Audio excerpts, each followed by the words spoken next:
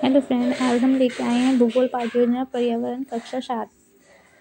आप यहाँ देख सकते हैं। पहले हमने अध्यापक का नाम, दिनांक, विषय भूगोल, कक्षा, समय, विद्यालय का नाम लिखा है। फिर आते हैं हम सामान्य उद्देश्य पे। हम यहाँ पे सामान्य उद्देश्य लिखेंगे। फिर आते हैं हम नीचे विशिष्ट उद्देश्य कि हमारे क्या क्या उद्देश्य रहेंगे।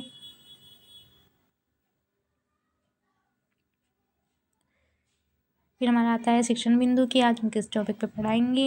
हमारा टॉपिक है पर्यावरण। पूर्ण ज्ञान कि छात्रों को पर्यावरण के बारे में पहले कितना ज्ञान है, उनसे जानकारी प्राप्त करेंगे। फिर आता है समय विभाजन कि कितने समय में हम क्या क्या पढ़ाएंगे।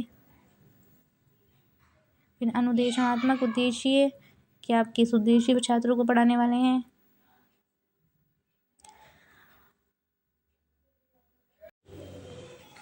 फिर आते हैं विधियाँ, किस विधि से पढ़ाएंगे और सामग्रियाँ। फिर हम आते हैं प्रस्तावना में ऊपर हम छात्र अध्यापक की क्रिया, विद्यार्थी की क्रिया और विधि डालेंगे। हम उनसे यहाँ पे कुछ प्रश्न पूछेंगे जिसका छात्र उत्तर देंगे। ये हमारी प्रश्न विधि होगी। फिर हमारे यहाँ उद्देश्य कथन आएगा कि आज हम पर्यावरण के बारे में विस्तारपूर्वक अध्ययन करेंगे। फिर हमारा प्रस्तुतिकरण आ जाता है जिसमें शिक्षण बिंदु, अध्यापक क्या क्रिया होगी, फिर विद्यार्थी क्रिया होगी, फिर विधि का मूल्यांकन हमारा क्या आया है। हम पर्यावरण का अर्थ यहाँ बच्चों को समझाएंगे। छात्र ध्यानपूर्वक सुनेंगे।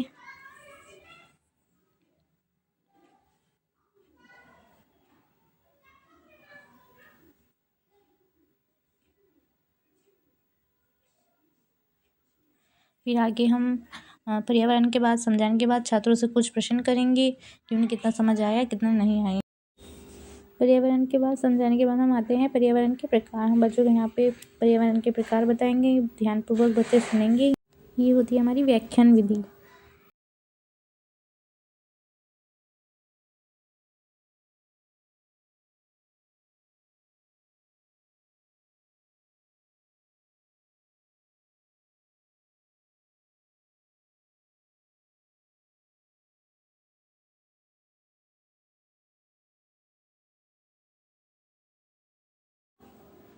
पर्यावरण के प्रकार बताने के बाद हम फिर छात्रों से कुछ प्रश्न पूछेंगे।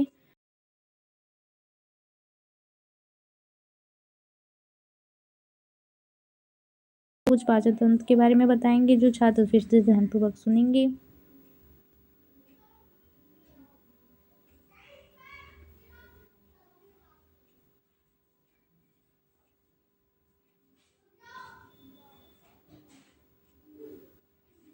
फिर हमारा आता है श्यामपट्ट कार्य। हम श्यामपट्ट कार्य में क्या क्या हमने पढ़ाया है उसके बारे में लिखेंगे, जैसे पर्यावरण के प्रकार और पाचन तंत्र।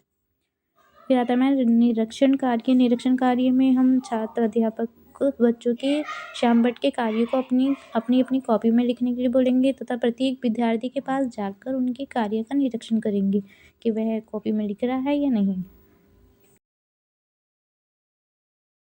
पुनरावर्ती प्रश्न देंगे।